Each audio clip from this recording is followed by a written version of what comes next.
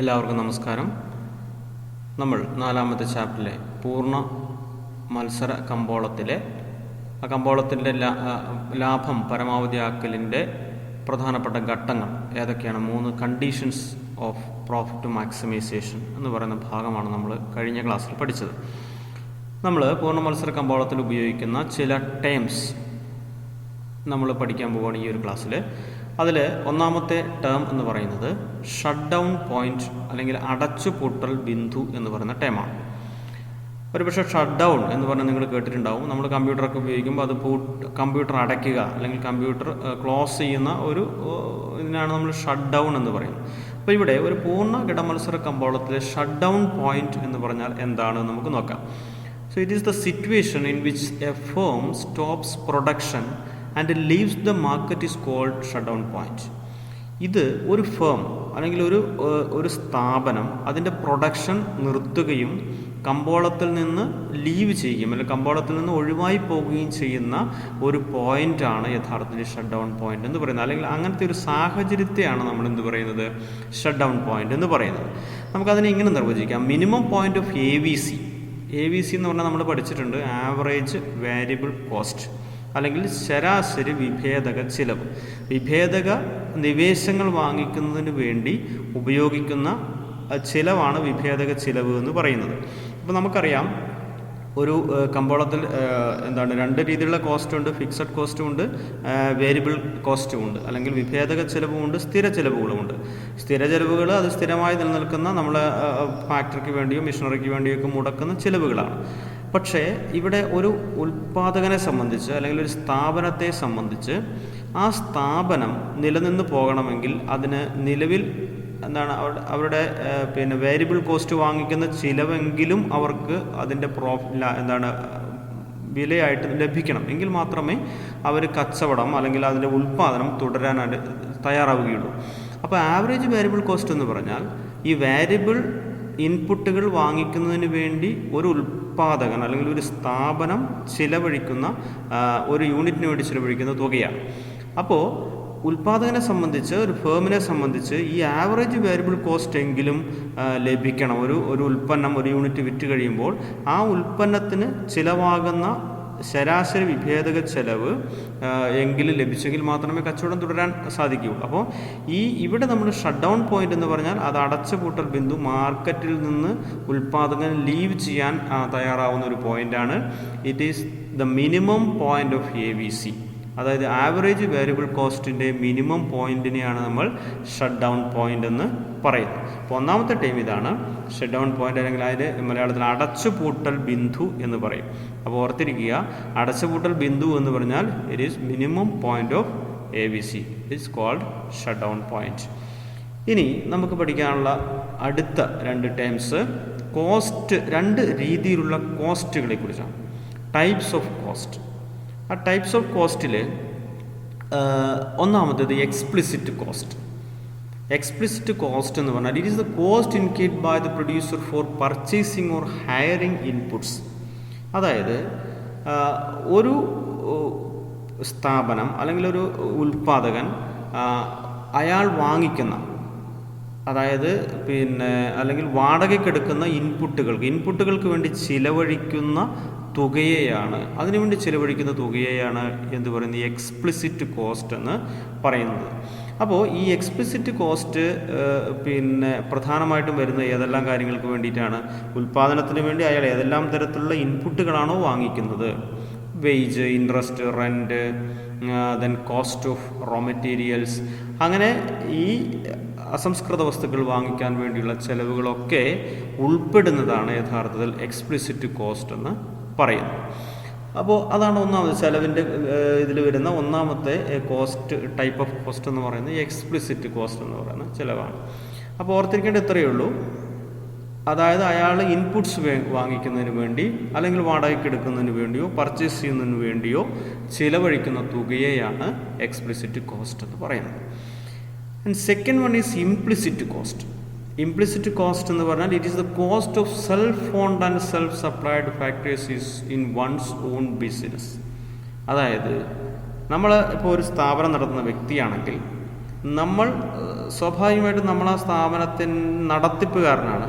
ആ നടത്തിപ്പുകാരൻ എന്ന നിലയിൽ എന്താണ്, ഞാനിപ്പോൾ അതേ സമയത്ത് ഞാൻ വേറൊരു സ്ഥാപനത്തിൽ ജോലി ചെയ്യുകയാണെങ്കിൽ എനിക്ക് കിട്ടേണ്ടിയിരുന്ന ഒരു കൂലിയുണ്ട്, എനിക്ക് കിട്ടേണ്ടിയിരുന്ന ഒരു വേജ് ഉണ്ട്. ആ കൂലി എന്ന് പറയുന്നത് യഥാർത്ഥത്തിൽ അത് ചെലവിനത്തിൽ വരേണ്ടത് തന്നെയാണ്. അപ്പം നമ്മൾ സ്വന്തം നടത്തുന്ന ഒരു സ്ഥാപനത്തിൽ തൻ്റെ സ്വന്തം പ്രവർത്തനങ്ങൾക്ക് ലഭിക്കുന്ന അതിന് കിട്ടുന്ന പ്രതിഫലം എന്താണോ ആ പ്രതിഫലമാണ് യഥാർത്ഥത്തിൽ ഇംപ്ലിസിറ്റ് കോസ്റ്റ് എന്ന രീതിയിൽ വരുന്നത്.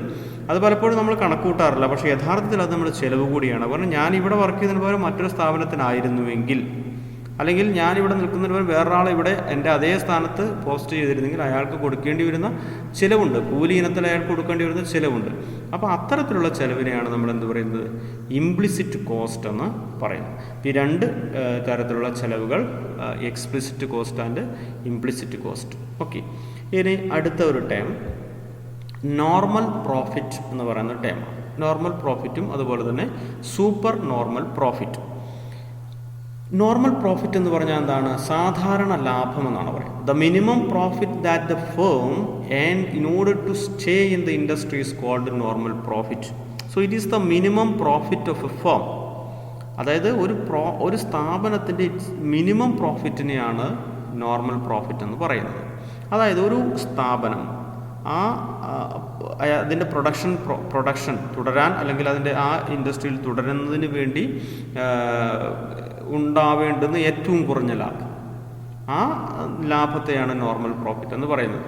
കാരണം അയാൾക്ക് ഒരു വ്യക്തി തുടരണമെങ്കിൽ അയാൾക്ക് ഏറ്റവും കുറഞ്ഞത് ആവറേജ് കോസ്റ്റ്, അയാൾക്ക് ചിലവഴിക്കുന്ന ഒരു യൂണിറ്റിന് വേണ്ടി ചിലവഴിക്കുന്ന അതിൻ്റെ ചിലവും അയാൾക്ക് അതിൽ നിന്ന് ലഭിക്കുന്ന വരുമാനവും ഏകദേശം തുല്യമാകണം.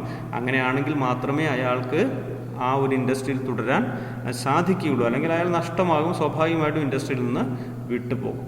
അപ്പോൾ അതുകൊണ്ട് ഇവിടെ നോർമൽ പ്രോഫിറ്റ് എന്ന് പറഞ്ഞാൽ സാധാരണ ലാഭം എന്ന് പറയുന്നത് മിനിമം പോയിന്റ് അല്ലെങ്കിൽ minimum profit of a firm അല്ലേ, ഏറ്റവും കുറഞ്ഞ ലാഭമാണ് അയാൾക്ക് ലഭിക്കുന്ന ഏറ്റവും അയാളുടെ ഉൽപ്പാദനം തുടരാൻ അയാൾക്ക് ലഭിക്കുന്ന ഏറ്റവും കുറഞ്ഞ ലാഭമാണ് നോർമൽ പ്രോഫിറ്റ് എന്ന് പറയുന്നത്. So next one is super normal profit. എന്താണ് സൂപ്പർ നോർമൽ പ്രോഫിറ്റ് എന്ന് പറഞ്ഞാൽ? അല്ലെങ്കിൽ അതിസാധാരണ ലാഭം, അല്ലെങ്കിൽ അബ്നോർമൽ പ്രോഫിറ്റ് എന്നൊക്കെ ഇതിന് വിശേഷിപ്പിക്കാം. It is the profit that a firm earns over and above normal profit is called super normal profit. അപ്പോൾ സൂപ്പർ നോർമൽ പ്രോഫിറ്റ് എന്ന് പറഞ്ഞാൽ നോർമൽ പ്രോഫിറ്റിനേക്കാൾ മുകളിൽ ലഭിക്കുന്ന ലാഭം. നോർമൽ പ്രോഫിറ്റ് എന്താണെന്ന് നമ്മൾ പറഞ്ഞു, അയാൾക്ക് ഈ പ്രൊഡക്ഷൻ തുടരുന്നതിന് വേണ്ട ഏറ്റവും കുറഞ്ഞ ലാഭമാണ്. അപ്പോൾ ആ ലാഭത്തേക്കാൾ കൂടിയ ലാഭത്തെയാണ്, ഈ നോർമൽ പ്രോഫിറ്റിനേക്കാൾ കൂടിയ ഒരു ലാഭം അയാൾക്ക് കിട്ടുകയാണെങ്കിൽ അതിനെ നമ്മൾ പറയും സൂപ്പർ നോർമൽ പ്രോഫിറ്റ് അല്ലെങ്കിൽ അബ്നോർമൽ പ്രോഫിറ്റ് എന്ന് പറയും. അപ്പോൾ ഇവിടെ ഈ രണ്ട് പ്രോഫിറ്റ്, ഇപ്പോൾ ഒരുപക്ഷെ സാധാരണഗതിയിൽ ഒരു പെർഫെക്റ്റ് കോമ്പറ്റീഷനിലൊക്കെ നോർമൽ പ്രോഫിറ്റ് ആയിരിക്കും കോമൺലി കിട്ടുന്നത്, നോർമൽ പ്രോഫിറ്റ് ആയിരിക്കും, സാധാരണ ലാഭമായിരിക്കും. അപ്പോൾ ചില ഘട്ടങ്ങളിൽ എന്താണ് ഈ സൂപ്പർ നോർമൽ പ്രോഫിറ്റിലേക്ക് പോകാം. അപ്പോൾ അത് നോർമൽ പ്രോഫിറ്റിനേക്കാൾ എന്ന് പറഞ്ഞാൽ അയാൾക്ക് സാധാരണയിൽ കൂടിയ ഒരു ലാഭം ലഭിക്കുന്ന സിറ്റുവേഷൻ, ആ സിറ്റുവേഷനെയാണ് നമ്മൾ super normal profit or abnormal profit എന്ന് വിശേഷിപ്പിക്കും. ഇനി നമുക്കിതിനകത്ത് ഈ ഒരു ഭാഗത്ത് ഒരു ടേം കൂടിയാണ് പഠിക്കാനുള്ളത്, ബ്രേക്ക് ഈവൺ പോയിന്റ് അല്ലെങ്കിൽ ലാഭ നഷ്ടരഹിത ബിന്ദു എന്നാണ് ഇത് അറിയപ്പെടുന്നത്. ബ്രേക്ക് ഈവൺ പോയിന്റ് ഓർ ലാഭ നഷ്ടരഹിത ബിന്ദു. സോ ഇതിനെന്താ പറയുന്നത്, situation in which the total revenue of a firm equals total cost is called break even point. അപ്പോൾ TR is equal to TC. നമ്മൾ അറിയാം TR എന്ന് പറയുന്നത് ടോട്ടൽ റവന്യൂ ആണ്, TC എന്ന് പറയുന്നത് ടോട്ടൽ കോസ്റ്റാണ്. അപ്പോൾ ഈ ടോട്ടൽ കോസ്റ്റും ടോട്ടൽ റവന്യൂവും തുല്യമാകുന്നതിനെയാണ് ബ്രേക്ക് ഈവൺ പോയിന്റ് എന്ന് പറയുന്നത്. എന്ന് പറഞ്ഞാൽ അവിടെ ചെലവിന് തുല്യമായിരിക്കും ലഭിക്കുന്ന വരുമാനം. അതായത് ഒരു യൂണിറ്റിൽ നിന്ന് ലഭിക്കുന്ന വരുമാനവും ഒരു യൂണിറ്റിന് വേണ്ടി അയാൾ ചിലവഴിക്കുന്ന തുകയും തുല്യമാകുന്നു. അതിനെയാണ് നമ്മൾ ബ്രേക്ക് ഈവൺ പോയിന്റ്. അവിടെ ലാഭവും ഇല്ല നഷ്ടവുമില്ല, അയാൾ ഉൽപ്പാദിപ്പിച്ച വസ്തുക്കൾക്ക് തത്തുല്യമായ പ്രതിഫലം കിട്ടുന്നതെന്ന് പറഞ്ഞാൽ അതിന് ആ ചെലവിന് തുല്യമായ വരുമാനമാണ് അയാൾക്ക് ലഭിക്കുന്നത് എന്നർത്ഥം. അപ്പോൾ അതിനെയാണ് നമ്മൾ ബ്രേക്ക് ഈവൺ പോയിന്റ് എന്ന് പറയുന്നത്.